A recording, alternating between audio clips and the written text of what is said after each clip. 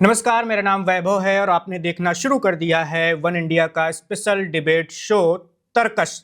Unnao rape case में आज बड़ा अपडेट आया। देश की सबसे बड़ी अदालत यानी सुप्रीम कोर्ट ने 23 दिसंबर वाले दिल्ली हाई कोर्ट के फैसले पर रोक लगा दी। उस फैसले पर जिसमें कुलदीप सिंह सेंगर को जमानत प्रदान की गई थी, इसके साथ ही उनकी सजा को स्थगित कर दिया गया था, निलंबित कर दिया गया था। सुप्रीम कोर्ट में आज करीब 40 मिनट तक सुनवाई हुई। 3 जजों की बेंच बैठी थी, जिसमें मुख्य न्यायाधीश जस्टिस सूर्यकांत भी मौजूद थे। इस दौरान कोर्ट ने कुलदीप सिंह सेंगर को नोटिस जारी किया है, उनसे जवाब मांगा है। बताया जा रहा है कि मामले की सुनवाई अब 4 हफ्ते के बाद होगी। सुप्रीम कोर्ट के आज के आदेश के बाद एक और जहां पीड़ित पक्ष की तरफ संतुष्टि का भाव देखा जा रहा है, इसे न्याय की जीत बताया जा रहा है, वहीं जो दूसरा पक्ष है, कुलदीप सिंह सेंगर वाला पक्ष है, उसकी ओर से कहा जा रहा है कि इस केस में मीडिया ट्रायल का दबाव साफ तौर पर देखा जा सकता है और सच्चाई को कोई सुनना नहीं चाह रहा आज के वक्त।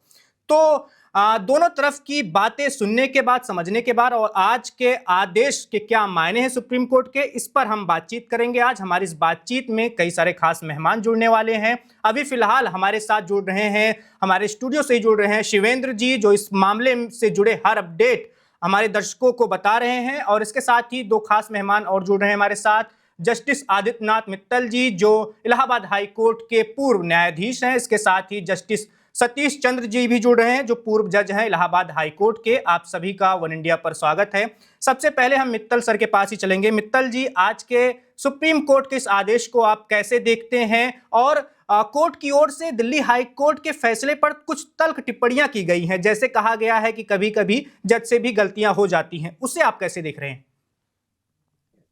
देखिए, ट्रायल कोर्ट से कन्विक्शन होने के बाद अभियुक्त को ये अधिकार होता है कि वो हाई कोर्ट में अपील कर सके और हाई कोर्ट के निर्णय के विरुद्ध सुप्रीम कोर्ट में जाया जा सकता है। मैं आपको बता दूं कि वर्ष 2013 के बाद से बलात्कार के मामलों में जो परिभाषाएं दी हुई हैं, उनमें सख्ती की गई है। निर्भया रेप कांड के बाद से उसमें अनेक नई धाराएं जोड़ी गई हैं और उसमें गैंग रेप भी शामिल किया गया है। इसके अलावा अगर कोई व्यक्ति किसी डॉक्टर है या कोई सुपरिंटेंडेंट ऑफ जेल है, वो अगर रेप करता है तो उसको भी अलग से परिभाषित किया गया है और उसमें भी दंड की व्यवस्था है।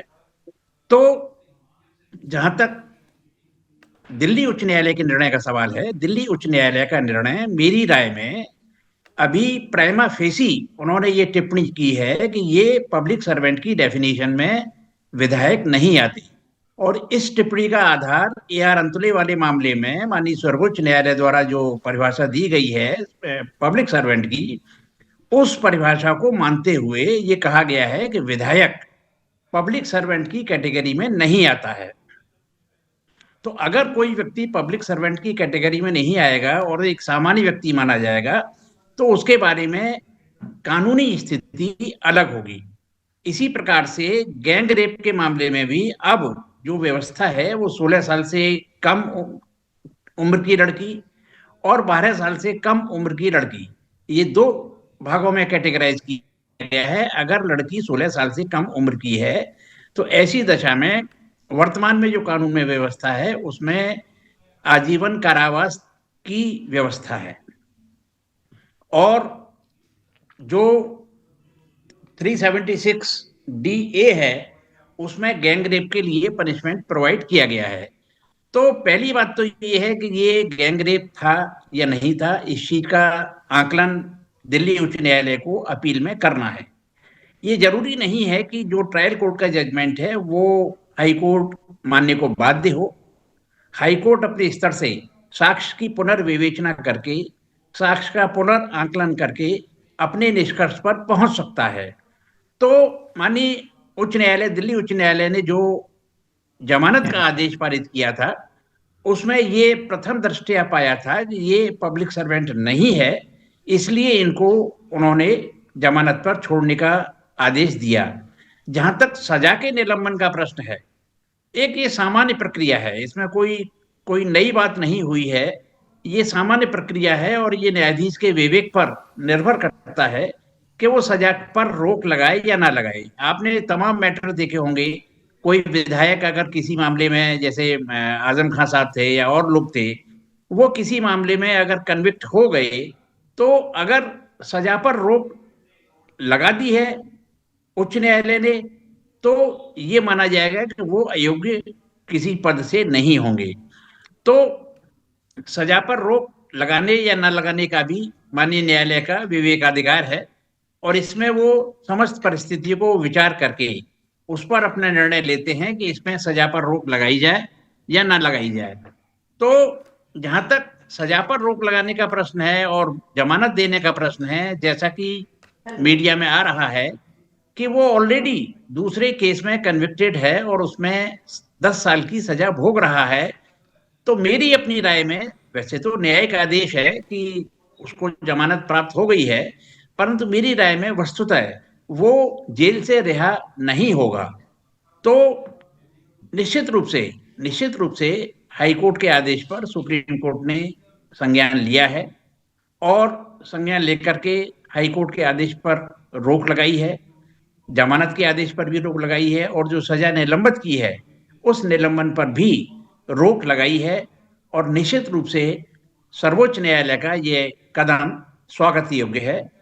और परंतु जब इस मामले में अगली सुनवाई होगी, तब सभी तथ्यों पर विस्तार से विचार किया जाएगा कि दिल्ली उच्च न्यायालय का जो निर्णय है, जो जमानत का आदेश है, आप निर्णय तो नहीं कह सकते, एक जमानत का आदेश अंतरिम आदेश होता है, उसमें गुण दोष पर कोई तथ्यात्मक टिप्पणी नहीं होती है, और न ही उस जमानत के आदेश में किए गए ऑब्जर्वेशन अंतिम ट्रायल में या अंतिम अपील में बाध्यकारी होते हैं।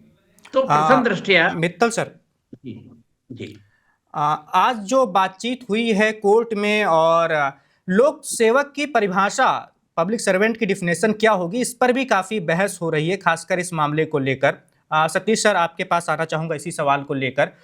सुप्रीम कोर्ट की ओर से खासकर सीजीआई सूर्यकांत ने इस ओर इंगित किया है, इस ओर इशारा किया है। उनका कहना है कि जब एक पुलिस कांस्टेबल को लोक सेवक हम मान सकते हैं, तो विधायक और सांसद को क्यों नहीं मान सकते? और मुझे लगता है कि यही सबसे बड़ा पेच इस केस में फंसा हुआ है। देखिए, मित्तल साहब ने, माय ब्रदर जज जो हैं जस्टिस मित्तल, इन्होंने लीगल पोजीशन आपको बहुत अच्छी तरह समझाई है। और जो आपका क्वेश्चन है पब्लिक सर्वेंट वाला, पॉस्को एक्ट इसके अंदर लगाया गया है, protection of the child from the sexual offences. और उसमें जो सीबीआई कोर्ट थी, जो ट्रायल कोर्ट थी, उसने 5C के अंदर इनको पनिशमेंट दिया था। तो सुप्रीम कोर्ट और हाई कोर्ट का जो इस पर विवेचना हुई है, उसमें उन्होंने, आज सुप्रीम कोर्ट ने कहा कि पब्लिक सर्वेंट की डेफिनेशन में नहीं आता। ये हाई कोर्ट का ऑब्जर्वेशन था। उन्होंने कहा भले ही नहीं आता हो, लेकिन दिस इज मीनिंगलेस, क्यों चाइल्ड जो है, जो विक्टिम है, वो चाइल्ड है, माइनर है, और वो but in A dominating position में है। 15 साल का फीमेल है जो चाइल्ड था उस टाइम में 2017 के अंदर, वो ये जो एक्यूज्ड है, ये डोमिनेटिंग पोजीशन में था, तो इट इज मीनिंगलेस। और उन्होंने कहा he is a powerful MLA in the area. आप इसको देखिए, 2002 से लेकर के 2017 तक 4 बार ये एमएलए रहे हैं, और वो जो है बीएसपी हो, चाहे एसपी हो या बीजेपी हो, उससे ये लेते आए हैं, इसमें एमएलए रहते आए हैं। इसके अगर आप बैकग्राउंड देखें तो 2017 में ये लड़की जो है उनके पास जॉब मांगने के लिए गई, और उसका किडनैप किया, और 1 हफ्ते तक उसको रेप किया गया। और बाद में उसके फादर और जो और लोग थे, 3 लोग, उनको गाड़ी से एक्सीडेंट में मरवा दिया गया। तो इस पर 2 केस बने, एक तो रेप का बना और एक वो मर्डर का, जो उसके फादर की डेथ हुई उसका बना। फादर की डेथ के वाले केस के अंदर 304(2)B के अंदर जो है, अभी भी वो अंडर पनिशमेंट है। उसको मार्च 2020 में जजमेंट आया था, और वो उसको 10 साल की सजा दी थी, और वो अभी भी उसके अंदर डिटेन है। हम आते हैं इस पर रेप वाले केस के ऊपर, जिसका कन्विक्शन 2019 में सीबीआई कोर्ट ने किया था, और उन्होंने कहा था कि इसको जो है इम्प्रिजनमेंट दिया जाए, और हाई कोर्ट ने इसको सस्पेंड किया, इस पनिशमेंट को सस्पेंड कर दिया, एंड आदेश दिया कि इसको रिलीज ऑन बेल कर दिया जाए, and during the pendency of his appeal against the conviction. ये इसका था, जिसके अगेंस्ट ये आज सुप्रीम कोर्ट में केस सुनवाई हुई, और वहां पर उस पर स्टे लगा दिया गया उसको। तो ये इसकी पोजीशन है, और ये इसका आपका जो क्वेश्चन था पॉस्को एक्ट का और पावरफुल का और पब्लिक सर्वेंट का, उसको डिटरमिन किया गया है। बाकी तो अभी केस पेंडिंग है, आगे पता चलेगा क्या उसका रुख आता है। Thank you. शिवेन जी जुड़े हुए हैं, वो आप दोनों से कुछ सवाल पूछना चाहते हैं। शिवेन सर। बिल्कुल, मैं जस्टिस सतीश चंद्र जी की तरफ ही चलूंगा, और उससे जानना चाहूंगा कि ये जो आपने जजमेंट बताया इसको हम समझ रहे हैं, अलग अलग लगभग एक ही सी बात है सब जगह से, और ये हो गया। मेरे दिमाग में ये सवाल था जब इस खबर को मैं कवर कर रहा था कि हाई कोर्ट ने जो भी डिसीजन दिया, एक न्यायिक प्रक्रिया के तहत हम लोअर कोर्ट से लेके सेशन कोर्ट और हाई कोर्ट और सुप्रीम कोर्ट तक जाने का हमें अधिकार, हम उस कोर्ट के तहत जा सकते हैं। लेकिन जिस तरह से हाई कोर्ट ने डिसीजन दिया और उस पर प्रोटेस्ट हुआ और ये कहा गया कि जजों ने इस तरीके से पैसा ले लिया और इस तरह की बात, जिसको जो मन में आया उसने कहा, तो ये जो एक तरह की प्रैक्टिस हो गई। आपने देखा सुप्रीम कोर्ट के फैसले पे भी जब स्टे डॉग्स पर आया था तब भी इस तरह के पूरे देश में प्रदर्शन हुए। तो ये मैं उस जजमेंट हो गया उसकी बात अलग है, लेकिन क्या अगर निर्णय हमारे पक्ष में हाई कोर्ट का नहीं आता है, सुप्रीम कोर्ट का नहीं आता है, तो हम सड़कों पे उतरेंगे और क्या इसका प्रभाव कोर्ट पर पड़ता है? आज जो है छुट्टी के दिन जिस तरह से कोर्ट खुली और कोर्ट खुलने के बाद सुनना अच्छी बात है, मैं इससे सहमत हूं कि समय पर सुन लिया जाए उसको लंबा, लेकिन क्या वास्तव में इसका फर्क डिसीजन पे होता है या डिसीजन सिर्फ और सिर्फ तथ्यों पे होते? एक सवाल मेरा ये रहेगा जी। हाँ, डिसीजन जो है हमेशा जो है फैक्ट्स पर ही डिसाइड करते हैं, और लॉ है और वो फैक्ट्स पे डिसाइड होगा। जो मीडिया है या जो प्रोसेशन है या जो आप बता रहे हैं हड़ताल वगैरह है, उससे कोई फर्क नहीं पड़ने वाला। हमने देखा है कि सुप्रीम कोर्ट के सामने भी प्रदर्शन किया लोगों ने, और तीस्ता शीतलवाती केस में, और इतना हंगामा हुआ लेकिन फिर भी कोई फर्क नहीं पड़ा। तो केस तो हमेशा मेरिट पे डिसाइड होता है, चाहे वो हाई कोर्ट हो या उसके समझ में जो आया उन्होंने लिखा जजेस ने अपने विवेक के अनुसार, और सीबीआई कोर्ट ने जो था उन्होंने पनिशमेंट दिया था, उसको सेंटेंस दिया, हाई कोर्ट ने उसको स्टे किया, ठीक है, और ऑर्डर कर दिया कि till the pendency of the case इसको बेल पर रिलीज कर दिया जाए। सुप्रीम कोर्ट ने आज उसको स्टे कर दिया, क्योंकि उन्होंने कहा कि इसके अंदर जो है ग्राउंड उन्होंने हाई कोर्ट ने लिया था कि पब्लिक सर्वेंट वाला लिया था, उसको उन्होंने डाइल्यूट कर दिया। उन्होंने कहा मीनिंगलेस है public servant, he is a very powerful person. लेकिन सर मैं एक चीज समझना चाहूंगा, जब आप तो चूंकि जस्टिस ही रहे हो, न्यायमूर्ति रहे हो, तो जब आपके सामने केस आएगा, मैं गलत हूं मुझे बताइएगा, तो आप जो कानून में जो व्यवस्था होगी उसी के अनुसार डिसीजन देंगे, जो भी कानून कहता होगा। अगर पॉक्सो एक्ट में किसी तरीके से ऐसा नहीं है कि वहां पर जो है पब्लिक सर्वेंट नहीं माना जाए, तो हाईकोर्ट क्या करे? भाई क्राइम तो हुआ ही है माइनर के अगेंस्ट, सिवाय ये है कि पब्लिक सर्वेंट में उसके जो है पनिशमेंट थोड़ा बढ़ जाता है। उसी बढ़े हुए पनिशमेंट की वजह से उसी वही अंदर है, जिसको मान करके कि अभी कोर्ट ने कहा जब इसमें पब्लिक सर्वेंट माना नहीं गया है तब इसकी सजा लगभग 7 साल के आसपास बैठती है। हाँ, वही है, वही पॉइंट उन्होंने आज डिफेंस का जो पॉइंट था वो ये था कि इसकी मिनिमम जो वो है पनिशमेंट वो 7 ईयर्स है, और 7 ईयर 4 मंथ्स वो ऑलरेडी भुगत चुका है। तो कोर्ट ने गलत कहा, हाई कोर्ट में यही प्ली ली गई थी, हाई कोर्ट के अंदर यही प्ली ली गई थी कि वो जो मिनिमम पनिशमेंट है वो तो भुगत चुका है। मित्तल सर के पास भी चलेंगे इसी सवाल के साथ। मित्तल सर क्या एक सवाल मेरा मित्तल से सर इसी को जोड़ के अलग से है जी मित्तल सर मेरा सवाल ये है, वो तो मैं समझ गया उन्होंने जो बताया इस सवाल पे, लेकिन जब सुप्रीम कोर्ट, एक समझना चाहता हूं, जब आदेश होता है तो सुप्रीम कोर्ट टिप्पणी कर रहा है उसमें कि हाई कोर्ट ने इस चीज पर ध्यान नहीं दिया, ये चीज नहीं सोची। मैं कोर्ट के अंदर की प्रक्रिया, चूंकि आप लोग जस्टिस न्यायमूर्ति रहे, तो मैं अंदर की प्रक्रिया समझना चाहता हूँ कि सुप्रीम कोर्ट को अपना निर्णय देना चाहिए था कि हाई कोर्ट के बारे में ये भी बताना चाहिए उसने ये नहीं सोचा, उसने वो नहीं सोचा, उसने ऐसा नहीं सोचा, या मुझे आश्चर्य ऐसा क्यों कर दिया, ये टिप्पणी आवश्यक थी या ये आम बात है प्रैक्टिस में, ये मैं गलत हूं? देखिए, ये एक आम बात है। सुप्रीम कोर्ट में और हाई कोर्ट में सुनवाई के दौरान विभिन्न प्रकार की परीक्षाएं की जाती हैं, क्वेरीज की जाती हैं, और थोड़ा सा उसको इंस्टिगेट करने के लिए ये कहा जाता है कि भी इस तरीके से नहीं होना चाहिए था, परंतु इसका कोई कानूनी प्रभाव नहीं होता है, और जो भी जजमेंट दिया जाता है वो फैक्ट्स और लॉ के हिसाब से ही दिया जाता है। तो मैं इन टिप्पणियों को महत्वपूर्ण नहीं मानता हूं। टिप्पणी एक क्वेरी करने के लिए दी जाती है, टिप्पणी एक बात के लिए दी जाती है कि जो सामने वाले अधिवक्ता हैं वो ये समझ लें कि हमारे मन में क्या चल रहा है। तो जो हमारे मन में चल रहा है उसके बारे में दोनों पक्ष अपनी अपनी बातें न्यायालय के सामने रख सकें। तो ये टिप्पणियां इतनी गंभीर मैं नहीं मानता, और न ही इतनी गंभीर हैं। तो हमारे दर्शकों को समझना चाहिए कि सुप्रीम कोर्ट की जो टिप्पणी है ये एक अदालती प्रक्रिया का हिस्सा है, ना कि जी। उन्होंने एकदम से हाई कोर्ट को शिवेन दोषी जी। या खराब करार दे दिया। जी जी बिल्कुल। जी और जी। मित्तल सुप्रीम सर कोर्ट और के नहीं, सभी कोर्टों में यही हाल है, सभी कोर्टों का यही हाल है। हाई कोर्ट में भी टिप्पणी कर लो आप, वो हाई पार्ट कोर्ट ऑफ में भी जजमेंट टिप्पणी नहीं होगी तो होता। इसका मतलब ये नहीं कि डिस्ट्रिक्ट कोर्ट को हमने जो है बिल्कुल उसकी निंदा कर दी, मतलब वो हाँ, पॉइंट वो उठा पार्ट ऑफ रहे नहीं हैं। जजमेंट नहीं है, नहीं टिप्पणी जो है वो पार्ट ऑफ नहीं। जजमेंट नहीं, जजमेंट तो वही होगा जो राइटिंग में आएगा। बिल्कुल, धन्यवाद, यही दर्शकों को समझना बेहद जरूरी है। जी जी। मुझे बताया जा रहा है कि आप दोनों कुछ ही समय के लिए जुड़े हैं, आपको कहीं और भी जाना है। तो एक छोटा सा सवाल मेरा है मित्तल सर आपसे भी, सतीश सर आपसे भी, कि अब आगे क्या जी। होगा, और जो एक्ट में पहले से ही अगर इनको लोक सेवक नहीं माना गया है तो क्या उसमें बदलाव किया जाएगा और इसमें जनप्रतिनिधियों को भी अब माना जाएगा लोक सेवक? देखिए, लोक सेवक की परिभाषा भारतीय दंड विधान की धारा 21 में दी हुई है। उसमें जो व्यक्ति उस धारा से आच्छादित होते हैं उनको जनसेवक माना जाता है।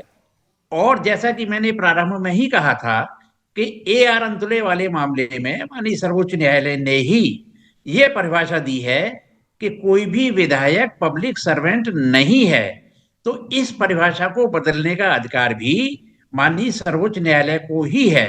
इसमें दिल्ली उच्च न्यायालय इस परिभाषा को नहीं बदल सकती और दिल्ली उच्च न्यायालय इस परिभाषा से बाध्य है। मित्तल तो सर अगर मैं इसमें सवाल जोड़ना चाहता हूं सर, कि जी अगर जी सुप्रीम कोर्ट निर्णय दे देगा, एक अलग बात है। क्या सुप्रीम कोर्ट इसमें अगर ये निर्णय दे दे कि भाई इस केस में ये सब हुआ और ये ऐसा निर्णय दे सकता है वो, क्या उसकी व्यवस्था ऐसी है कि वो मान ले कि ये लोक सेवक में रखा जाना चाहिए, या इसका कार्य कानून संसद में ही तय होगा, कानून के द्वारा कानून बनकर ही जो आप बता रहे हो उसमें जुड़ेगा कि भाई ये ऐसा एमएलए नहीं MP है, सुप्रीम कोर्ट नहीं सुप्रीम नहीं है, सुप्रीम कोर्ट सुप्रीम है, और वह जी। तो लॉ को इंटरप्रेट करता है, लॉ को लेट डाउन भी कर सकता है जहां गैप है थोड़ा सा, या जहां चलिए। तो इंटरप्रिटेशन की जरूरत है। ये हम माने कि अगर ये केस शिवेन बहुत जी, ही शिवेन जी, लैंडमार्क हो सकता है, अगर हाँ, अगर बिल्कुल एक होगा। एक लैंडमार्क अगर वो ये निर्णय दे शिवेन देता है शिवेन कि सर भाई आप थोड़ी देर के लिए रुकिए। हमारे जो दो खास मेहमान थे जो जज भी रह चुके हैं इलाहाबाद हाई कोर्ट के, आप दोनों हमारे जी साथ जुड़े और आपने इस केस से जुड़ी हुई अहम जानकारियां बताई कि कोर्ट की प्रक्रिया कैसे होती है, कामकाज कैसा होता है। और एक स्वाभाविक सी बात है कि कोर्ट अपने निचले स्तर वाली कोर्ट के ऊपर फैसलों में पर टिप्पणियां भी करता है। तो आप दोनों का बहुत धन्यवाद वन इंडिया के साथ जुड़ने के लिए। अब हम अपनी इस चलिए। बातचीत के अगले पड़ाव की ओर चलते हैं, जिसमें हमारे साथ कई सारे वकील जुड़ने वाले हैं। वकील बताएंगे कि आज सुप्रीम कोर्ट में क्या कुछ हुआ है और अब क्या कुछ आगे हो सकता है, इसके बारे में भी हम पता करेंगे, जानने की कोशिश करेंगे। तो चलिए हम अपने आगे के मेहमानों की ओर चलते हैं। हमारे साथ जुड़ रहे हैं जो मेहमान, उनका हम आपसे परिचय भी करवा देते हैं। हमारे साथ जुड़ रहे हैं वरुण पुरोहित जी जो वकील हैं, इसके साथ ही हमारे साथ रुद्र विक्रम सिंह जी भी जुड़ रहे हैं, वो भी वकील हैं सुप्रीम कोर्ट में। इसके साथ हमारे साथ प्रिया जी भी जुड़ रही हैं, वो भी वकालत करती हैं। आप सभी का वन इंडिया पर स्वागत है। शिवेन सर, अब आप अपना वाला सवाल वकीलों से पूछ सकते हैं। हाँ, मैं असल में जज से भी पूछना चाह रहा था, लेकिन ठीक है, चूंकि वरिष्ठ वकील है तो उनको सामने ये सब घटनाएं होती रहती हैं, तो उन्हें बहुत से ऐसे बड़े निर्णय देखे होंगे। तो मैं रुद्र विक्रम सिंह जी की तरफ चलता हूं। सबसे पहले विक्रम सिंह जी, मैं ये समझना चाहता हूं कि जैसे हालांकि वो कह गए सुप्रीम कोर्ट सुप्रीम है, तो ये अगर क्या हमें ऐसा निर्णय भी आ सकता है कि कोर्ट अगर निर्णय दे कि हाँ भाई अब ये लोक सेवक जो ये क्या नाम MP MLA हैं, ये भी अब इस दायरे में आएंगे, तो क्या अब ये नया निर्णय कानून बन जाएगा? मतलब ऐसा निर्णय सुप्रीम कोर्ट दे सकता है या वो हमें लोकसभा की तरफ ही देखना होगा? हालांकि जज साहब तो बता गए कि सुप्रीम कोर्ट कर सकता है इतना अंतर। देखिए, आर्टिकल 142 सुप्रीम कोर्ट को एक अथाह पावर देती है। वो आर्टिकल 142 कहता है कि न्यायोचित अगर कोई कदम है, न्याय के लिए अगर कोई कदम है तो सुप्रीम कोर्ट उठा सकता है, सुप्रीम कोर्ट दे सकता है। उसके तहत वो किसी सेक्शन को परिभाषित कर सकता है, किसी सेक्शन का इंटरप्रिटेशन कर सकता है।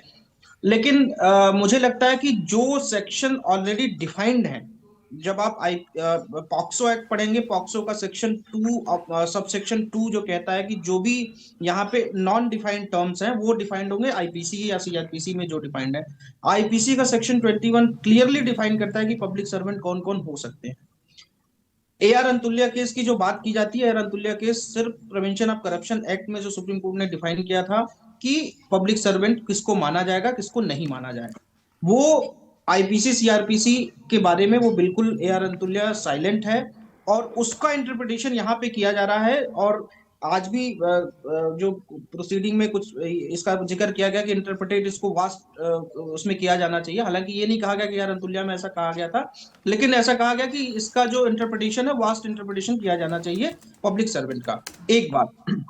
दूसरी बात देखिए, इस मामले में और ऐसा कई सारे मामलों में मैं बड़ा दुर्भाग्यपूर्ण कहूंगा कि अदालतें जो पब्लिक आउटरीच से जो थोड़ी प्रभावित होती जा रही हैं, चाहे वो हाई कोर्ट हो चाहे सुप्रीम कोर्ट हो, इसको मुझे लगता है कि अदालत एक बहुत बड़ी संवैधानिक बॉडी है, बहुत स्ट्रांग बॉडी है। हम लोग जब कोर्ट में प्रैक्टिस करने जाते हैं, कोर्ट में किसी व्यक्ति का मसला लेके जाते हैं, तो बड़े गर्व से हम कहते हैं कि मैं सुप्रीम कोर्ट में प्रैक्टिस करता हूं और सुप्रीम कोर्ट में प्रैक्टिस करता हूं जो ये पब्लिक आउटरीच से प्रभावित नहीं होती। लेकिन मुझे दुर्भाग्यपूर्ण कहना पड़ रहा है, दुर्भाग्यपूर्ण ये ऐसा देखा जा रहा है अभी कुछ मामलों में कि जैसे स्ट्रे डॉग वाला केस हुआ, जैसे ये कुलदीप सिंह सेंगर का केस हुआ कि ऑनरेबल हाई कोर्ट का एक अच्छा खासा decision, well defined decision, well articulated decision, 53 page का जजमेंट, वेल डिफाइंड जजमेंट, जिसमें सारी बातें सारी चीजों को डिस्कस करते हुए डिफाइन किया गया, उसको आप आनंद फानन में बेंच बिठाते हैं, वेकेशन बेंच, और आप अमूमन आज कोर्ट ने कहा भी कि अमूमन हम जो फैसला होता है वो फर्स्ट डेट पे स्टे नहीं करते, लेकिन उसको स्टे किया जाता है।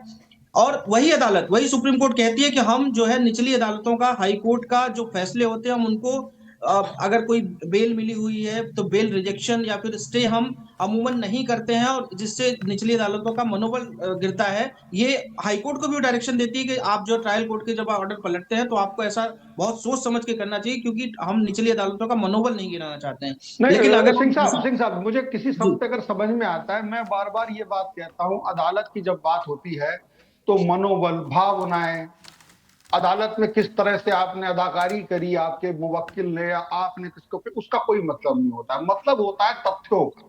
तो मनोबल गिरे या ना गिरे, तथ्य के आधार पे अगर डिसीजन नहीं दिया गया है तो मनोबल गिरे ना गिरे उससे हमें क्या मतलब उच्च अदालत। मैं क्लाइंट के मनोबल की बात नहीं कर रहा हूं, मैं कोर्ट्स के मनोबल की बात कर रहा हूं। मैं कोर्ट के मनोबल की बात कर रहा हूं। सर आपको रोकना चाहूंगा। जब बेल के मैटर्स में जब निचली अदालतें बेल देने से मना कर रही थी, तब ऑनरेबल कोर्ट ने बोला कि आपको लगता है कि बेल देने का मैटर है तो आप बेल दीजिए। मैं उन मसलों में बात रुद्र विक्रम जी, तथ्यों पे नहीं, टोटली डिस्क्रेशन पे होता है कोर्ट के। बेल के लिए सर कोई ऐसा एक मिनट नहीं है, ये कोर्ट का डिस्क्रेशन होता है। बेल के मैटर्स में बता रहा हूं, ये हालांकि जो सस्पेंशन ऑफ सेंटेंस हुआ ये बहुत ही आर्टिकुलेटेड जजमेंट है, और किसी को भी आप पढ़ाइए, आप सेक्शन 21 आईपीसी का पढ़ा दीजिए, सेक्शन 2 पॉक्सो का पढ़ा दीजिए, और कितनी सजा, जब ये 2017 का मामला है उस समय 7 साल की सजा थी, और ये अभी आपके जो जज साहब बोल रहे थे मैं सुन रहा था, ये सजा 2019 में आके मिनिमम 10 साल हुई है, 2017 में मिनिमम सजा 10 साल ही थी। तो उसके आधार पर ऑनरेबल हाई कोर्ट ने ये फैसला दिया था।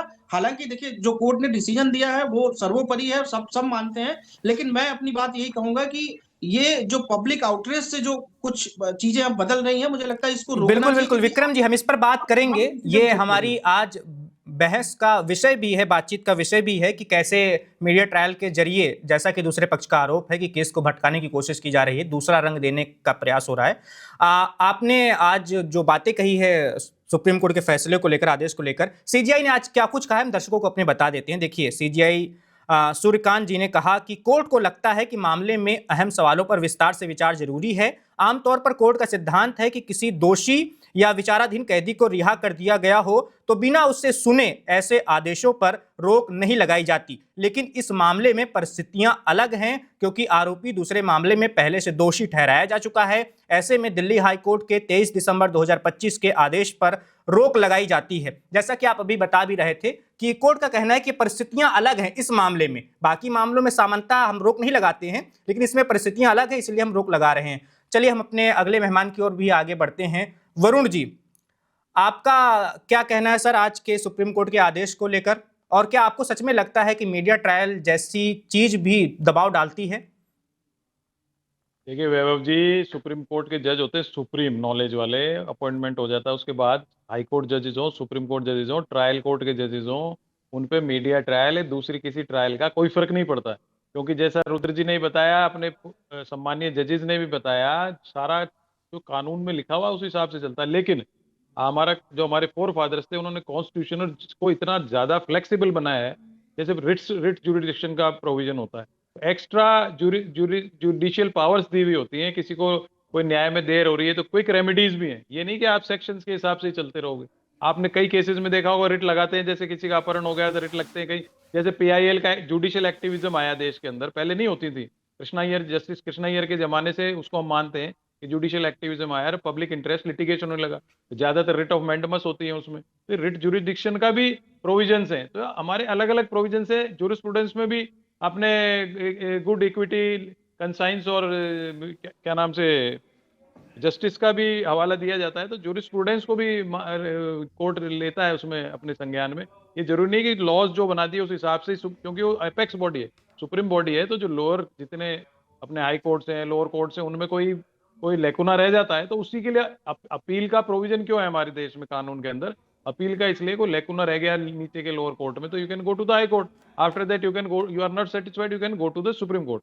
इसलिए जो जन आंदोलन की बात आप कह रहे हो, उससे कोई जन आंदोलन हुआ, मीडिया ट्रायल हुआ, इससे कतई कोर्ट प्रभावित नहीं होता है। और इस केस में तो क्योंकि उसके ऊपर और भी मुकदमे हैं, तो उस हिसाब से कोर्ट ने संज्ञान में लिया है उसकी मेरिट्स डीमेरिट के हिसाब से। लेकिन सुप्रीम कोर्ट को और हाई कोर्ट्स को एक्स्ट्रा पावर्स हैं, मैं कह रहा हूँ ट्रायल कोर्ट को भी है। मैंने कई बार ट्रायल कोर्ट में भी ऐसे केस किए जिनको अगर आप हाई कोर्ट ले जाओ तो जनहित याचिका मानी जाएगी, लेकिन क्योंकि हम उसमें जाना नहीं चाहते थे कि अपोजिट जो, जैसे हम जब मेडिकल कॉलेज की बात होती थी तो उसमें एक RD हॉस्टल का प्रोविजन होता है, तो एक्ट में रेजिडेंट डॉक्टर्स कहते हैं। रेजिडेंट का मतलब doctors are resident, they are in residence in that campus. उनको अगर निकालने का नोटिस दिया गया था तो हम उसमें हाई कोर्ट में जाने के बजाय नीचे ट्रायल कोर्ट में चले गए। तो ट्रायल कोर्ट में उसमें हमको रिलीफ मिला। हमारी आशंका थी कि भाई जो है जो डॉक्टर्स हैं, सीनियर डॉक्टर्स हैं, वो हाई कोर्ट में जाएंगे, गवर्नमेंट जाएगी, तो हाई कोर्ट में जाने से पहले हमने उसको सर्व किया, उसमें हमको स्टे मिला। तो कई जैसे रात का पूरा रात का टाइम मिल गया, आप स्टे नहीं ले पाए तो सुबह आपको रात में हटा देगी प्रशासन आकर के। तो ऐसी कई चीजों में जो कोर्ट है एक्स्ट्रा जुडिशरी पावर्स अपनी काम में लेता है, अपनी जुडिशियल इंटेलिजेंस से भी काम करता है। तो इसमें जुडिशियल इंटेलिजेंस और एक्स्ट्रा जुडिशियल पावर्स को काम में ले गया है, जो कि सुप्रीम कोर्ट का होना चाहिए। सुप्रीम कोर्ट इंटरप्रिटेशन एक्सप्लेनेशन ही करता है लॉ का। लॉ की तो लॉ मेकिंग बॉडी तो पार्लियामेंट है, लेकिन उसका इंटरप्रिटेशन और एक्सप्लेनेशन सुप्रीम कोर्ट करता है। अगर एक्सप्लेनेशन नहीं होते तो पुराने केसेस ही नहीं आते। हम जो रेफरेंस देते हैं प्रीवी काउंसिल से लेके अब तक के जजमेंट्स के, वो एक्सप्लेनेशन और इंटरप्रिटेशन ही तो है। नया केस आएगा, नए ग्राउंड्स और फैक्ट्स पे निर्णय आएगा, लेकिन हम उनका रेफरेंस इसलिए देते हैं क्योंकि वो इंटरप्रिटेशन और एक्सप्लेनेशन थे। अगर हम मैथमेटिक्स के हिसाब से चलेंगे, लॉ का ये सेक्शन इसी में लगेगा, तो फिर वो जो पुराने लीडिंग केसेस होते हैं वो बनेंगे नहीं। बिल्कुल वरुण जी, हम प्रिया जी के पास चलेंगे, लेकिन उससे पहले दूसरे पक्ष की हम जो बार बार बात कर रहे हैं, यानी कुलदीप सिंह सेंगर वाला खेमा, चाहे उनके वकील हों या उनकी बेटियां हों जो काफ़ी ज़्यादा मुखर नज़र आ रही हैं, अब वो सामने आ रही हैं। कुलदीप सिंह सेंगर की 2 बेटियां हैं, सबसे बड़ी बेटी का नाम ऐश्वर्या है और दूसरी बेटी का नाम इशिता है। दोनों सोशल मीडिया पर लिख रही हैं, एक्स पर, और बड़ी बड़ी पोस्ट उनकी आ रही है कि कैसे हमारी बातें नहीं सुनी जा रही, एक तरफा संवाद हो रहा है इस केस में, सिर्फ पीड़िता की ही बातें सुनी जा रही हैं, हर मीडिया चैनल पर उनका ही इंटरव्यू चल रहा है, हमें तो कोई सुनने वाला ही नहीं है। तो चलिए आपको ऐश्वर्या का हम वो बयान भी सुना देते हैं। अभी उनका ताज़ा बयान आया है एक न्यूज़ एजेंसी से बातचीत में, जिसमें उन्होंने अपनी बात रखी है, अपना पक्ष रखा है। है कि मेरे पिता ने उनकी तरफ जो ये अलेज कर रही हैं आंख उठा के भी देखा है, तो आप मेरे पिता को फांसी चढ़ा दीजिए, लेकिन प्लीज़ एक बार मेरे केस के जो सारे फैक्ट्स हैं वो तो लोगों के सामने आने दीजिए। एम्स की रिपोर्ट है जो बता रही है कि वो 18 साल के ऊपर है और वो खुद को माइनर 15 साल की बच्ची बताती हैं, और आज भी हमें पूरा विश्वास है कि अंत में, क्योंकि हमारा केस इतना स्ट्रांग है, अंत में हमारी जीत होगी। लेकिन 8 साल हो गए, मैं आपसे हाथ जोड़ के विनती करती हूँ कि प्लीज़ एक बार मेरिट्स पे हमारा केस सुन लिया जाए। हम कोई दरिंदे नहीं है, हम भी नॉर्मल परिवार हैं, और वो हमें कुछ भी पावरफुल बोल ले या कुछ भी कह ले, असल बात तो यही है ना कि 8 साल से इतने सबूत होने के बावजूद वो जेल में बंद हैं, क्योंकि एक बार आपने ऐसा झूठा इल्ज़ाम उन पे लगा दिया। प्रिया जी, आपने सुना कुलदीप सिंह सेंगर की बड़ी बेटी क्या कह रही हैं। आपने पीड़िता का भी इंटरव्यू सुना होगा, क्योंकि बहुत सारे चैनलों पर आ चुका है। वन इंडिया से भी बातचीत की है पीड़िता ने। अब आपका क्या कहना है? एक महिला होने के नाते आप क्या सोचती हैं, एक वकील होने के नाते इस केस को आप कैसे देखती हैं?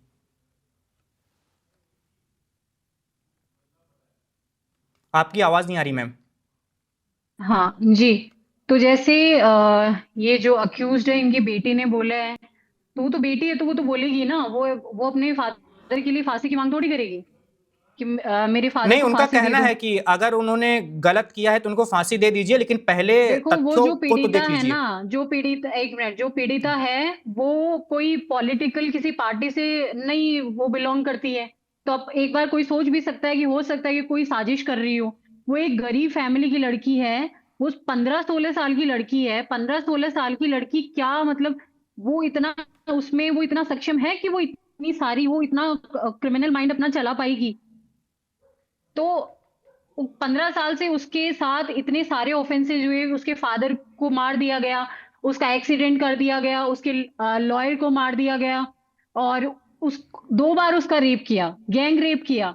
उसके बाद में उसका इतना मेंटल स्टेटस है कि वो उसमें ऐसे भी आ रहा है कि कुछ लोग ये भी बोल रहे हैं कि टाइमिंग चेंज बता रही है, वो कभी 8 बताती है, कभी 6 बताती है।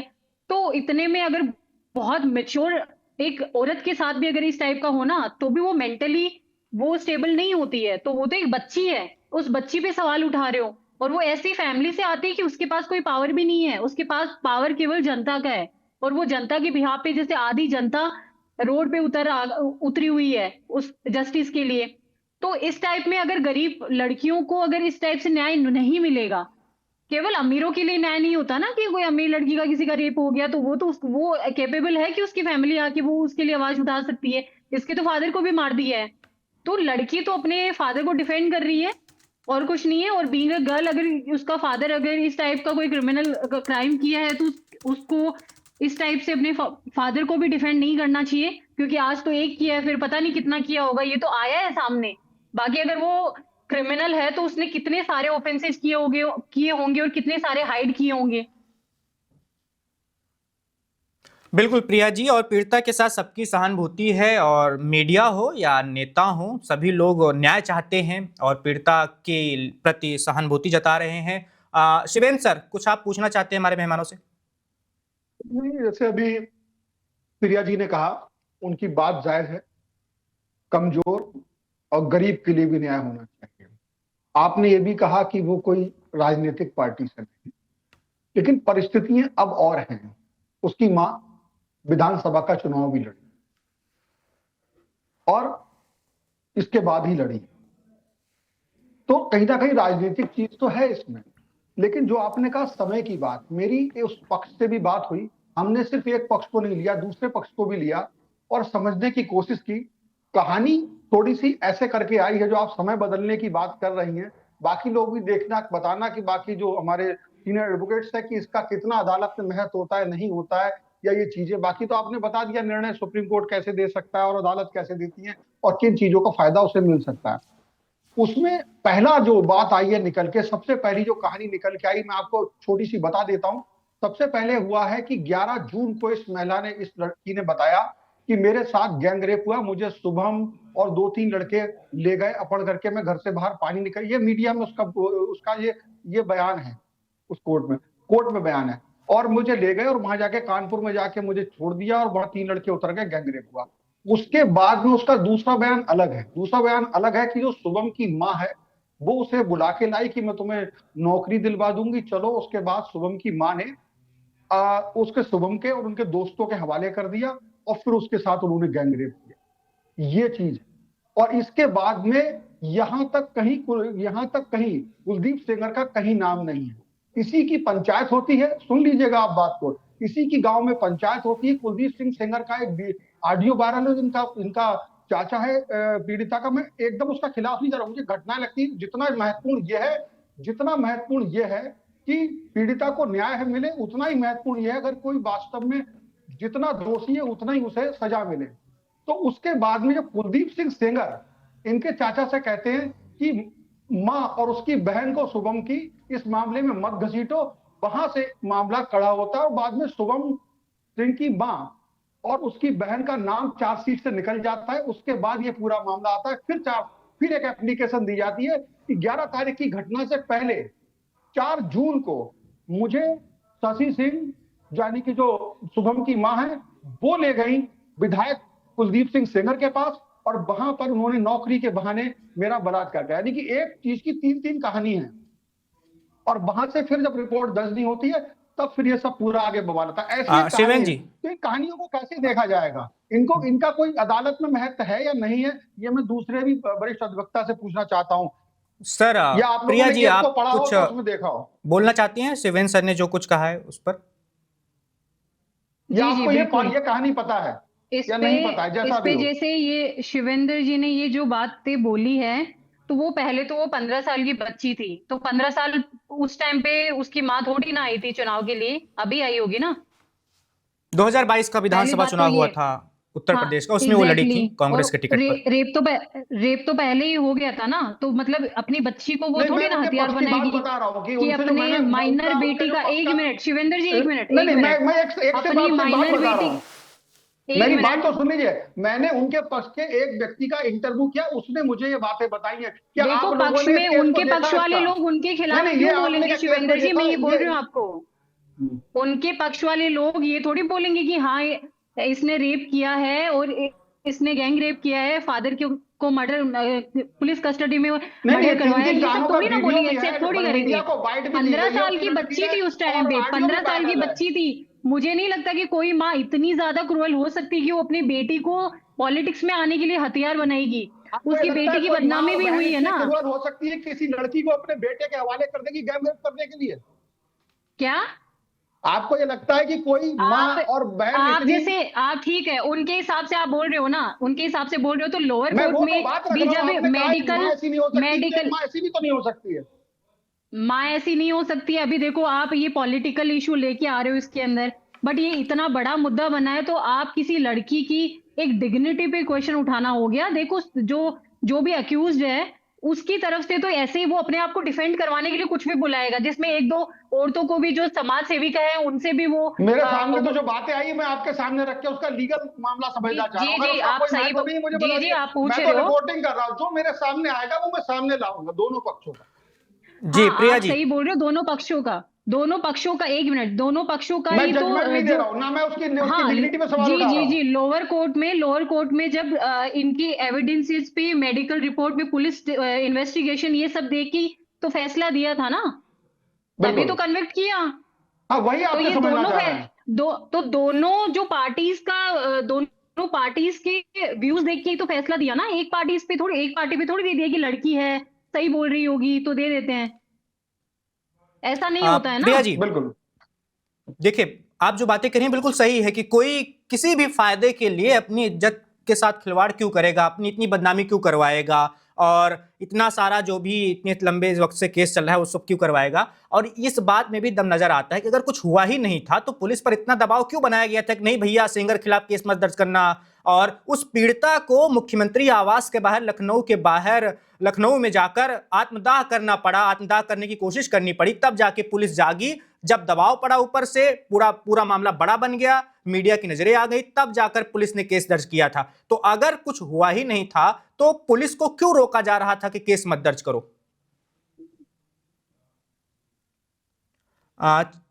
शिवेन सर, हाँ हमारे साथ वरुण पुरोहित जी भी जुड़े हुए हैं, उनसे अगर आप कुछ पूछना चाहें तो।